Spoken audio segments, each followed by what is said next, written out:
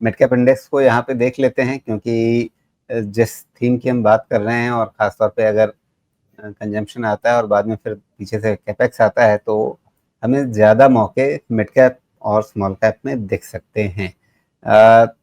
Mid cap इस समय अगर देखें पिछले हफ्ते का, तो मोटा मोटी ठीक ठाक रहा। शुक्रवार को जितनी गिरावट निफ्टी में आई उतनी मिड कैप में नहीं आई, हालांकि एक दिन पहले ही मिड कैप थोड़ा सा पलटना शुरू कर चुका था। और टेक्निकली भी देखें तो 50 डे मूविंग एवरेज के करीब जाकर के पलट रहा है, तो हल्का फुल्का नुकसान होगा यहाँ भी 100 डे मूविंग एवरेज पे नजर रखें, या 20 डे मूविंग एवरेज के आसपास, या 2-4 दिन निकल गए तो दोनों पास पास आ जाएंगे। चलिए, एक आपका एक छोटा सा क्वेश्चन बीच में आ गया, मिड कैप और स्मॉल कैप, तो इन्वेस्टमेंट के हिसाब से आपने कुछ तो ये बोला, मैं सवाल का वो स्टेटमेंट नहीं समझ पाया, मैं भूल गया, लेकिन उसका जिस्ट बताता हूँ। एक हमारे यहाँ ना बहुत बड़ा मिसकंसेप्शन है कि हमको इन्वेस्टमेंट मतलब 6 महीना 1 साल में पैसा बन जाना चाहिए जी। एक अच्छी बात अगर समझ ले सारे कि इन्वेस्टमेंट की तैयारी के लिए 6 महीना से 1 साल लगता है, और जब वो रिवॉर्ड देता है तो आप बैठे रहते हैं, खाते रहते हैं, खत्म नहीं होता है। उस कॉन्सेप्ट से अगर आप सोचें तो आपका इन्वेस्टमेंट का साइकिल 3 से 5 साल से कम की सोच ही नहीं होनी चाहिए, और अगर आपकी सोच वहां जाती है तो पैसा यही मिड कैप में बनेगा, स्मॉल कैप में बनेगा। अल्टीमेटली मिड कैप आपके बढ़ के जाके लार्ज कैप बन जाते हैं, स्मॉल कैप बढ़ के आके मिड कैप में मिल जाते हैं, और माइक्रो कैप पीछे से चल के आके स्मॉल कैप बनते हैं। लेकिन आप एंट्री डालेंगे जब वो मिड कैप वाले लार्ज कैप बन गए तो ट्रेडिंग रिटर्न मिले।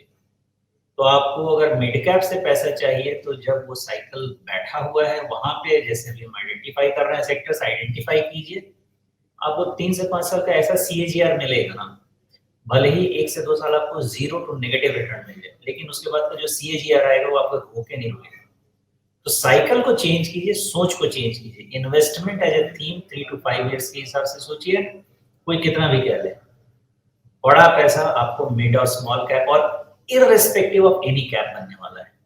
ट्रेडिंग के लिए आई एग्री, हमारे पास लार्ज कैप हमको लिक्विडिटी चाहिए, लार्ज मिड कैप हमको लिक्विडिटी चाहिए। इन्वेस्टमेंट का पैसा तो हम क्या बोलेंगे, 30,000 crore market cap, 50,000 crore market cap की कंपनी को बोलने को हम बोल दे स्मॉल कैप है, लेकिन उसमें लिक्विडिटी का क्या इशू है, वहां पे क्यों हमको खरीद के नहीं लेना चाहिए। और 1,000-2,000 करोड़ वाली कंपनी, अगर उनका सेल्स ऑर्डर थोड़ा मैग्नीफाई हो गया, 1,000 करोड़ की कंपनी को 5,000 करोड़ होने में समय नहीं लगेगा, लेकिन 1 लाख करोड़ मार्केट कैप की कंपनी को 2 लाख करोड़ का मार्केट कैप होने के लिए कितनी मेहनत करनी पड़ेगी। हाथी एक कदम बढ़ाएगा तो उसको ताकत भी तो लगेगा। तो पैसा तो यही बनना है, अब वो है कि हम विश्वास करें या ना करें, वो तो अपने हाथ में। जी, तो फिर अब मिड कैप के लिए फिलहाल अभी तात्कालिक रूप से क्या देख रहे हैं, ये इंडेक्स किधर जा रहा है? फिलहाल थोड़ा सा वेट करिए, जो लेवल्स हैं वो क्लियर हैं इसमें भी कि 59,000 के क्लोज ले लेते हैं, तब एग्रेसिव होते हैं। लेकिन फिर भी mid cap index is just indicator है to go aggressive. In the meanwhile अगर हम बीएफएसआई, और बीएफएसआई में देखिए अब आप सब सामने आने लगा है, आप अगर थीम सुनेंगे तो आपको इंश्योरेंस एज ए थीम अब निकल के आ रहा है ना, कि जीएसटी 0 हो सकता है। कब से रट के कह रहा हूँ कि लाइफ इंश्योरेंस, जनरल इंश्योरेंस ध्यान दीजिए, वहां कुछ दिख रहा है, कुछ हो रहा है। डेटा क्यों होता है वो तो भगवान जाने, मुझको डेटा देखना आता है, वो देख रहा है कुछ हो रहा है तो होगा।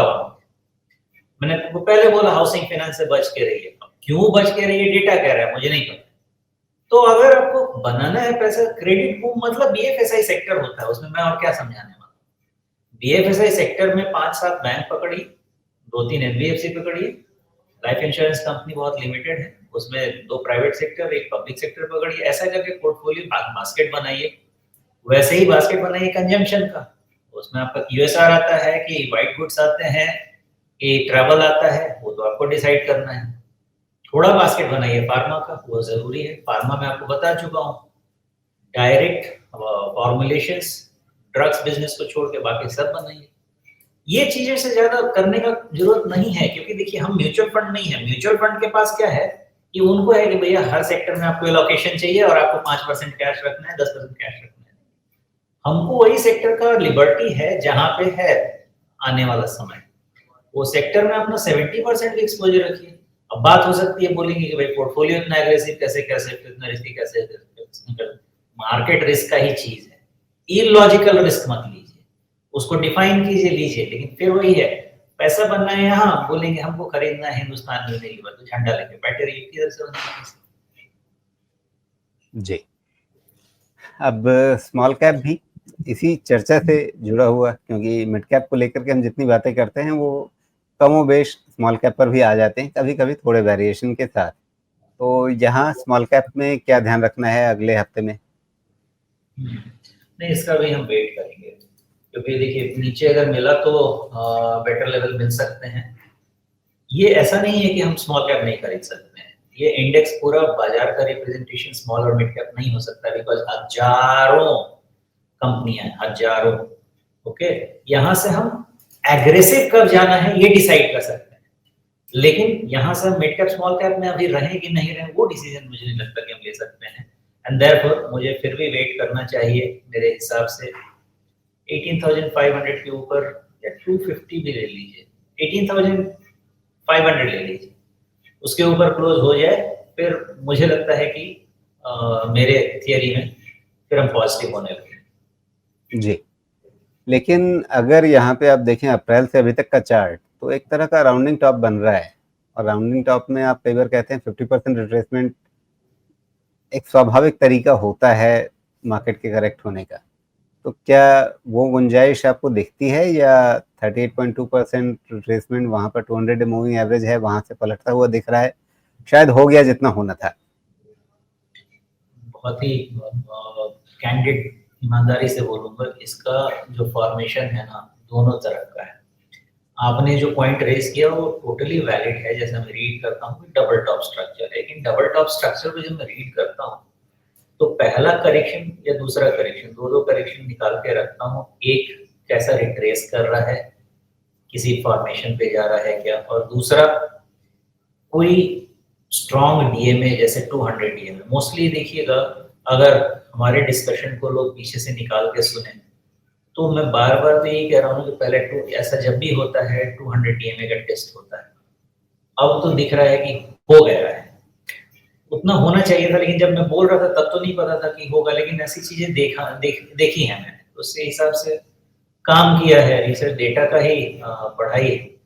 मुझे लगता है कि अभी जल्दबाजी नहीं करना चाहिए, थोड़ा सा देखते हैं, अपना जो सेक्टर्स है उन सेक्टर्स में थोड़े टुकड़ों में खरीदिए, लेकिन या तो 18.5 के ऊपर इसको क्लोज लेने दीजिए, या देखते हैं क्या 200 डीए में चैलेंज होता है, बिकॉज जी। अभी 27 से तो टैरिफ आ ही जाएगा 50% वाला, कोई डाउट ही नहीं।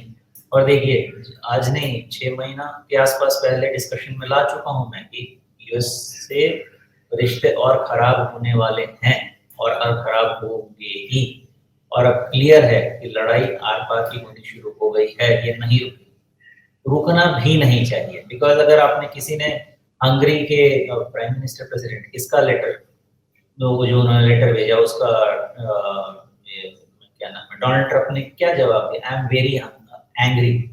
भाई साहब आप हैं कौन, आई एम वेरी एंग्री, मतलब ये कोई तरीका है बोलने का आपका, आई एम वेरी एंग्री, मतलब मारोगे एक थप्पड़ और कोई रुक जाएगा, कोई लिमिट नहीं है, मतलब एक प्रेसिडेंट बात कर रहा है ऐसे।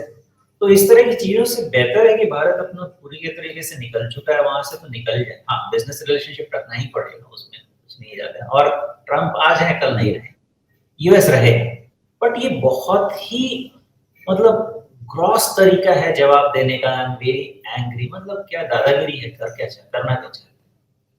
तो दैट वे मेरा ऐसा मानना है कि this geopolitical uncertainty is here to stay, और जो अभी हमारा ध्रुव क्या बोलते हैं उसको, क्या बोलते हैं, हमारा जो भी चेंज हुआ है again towards Russia and China, इसको अगर हम बेहतर बना लेना, क्योंकि हमारी प्रॉब्लम क्या रही है, हमारी प्रॉब्लम सिर्फ चाइना से बॉर्डर इशू रहा है, और वो भी फॉर नोन रीजन, बिकॉज उनको हम सबसे बड़े कॉम्पिटिटर नजर आते हैं।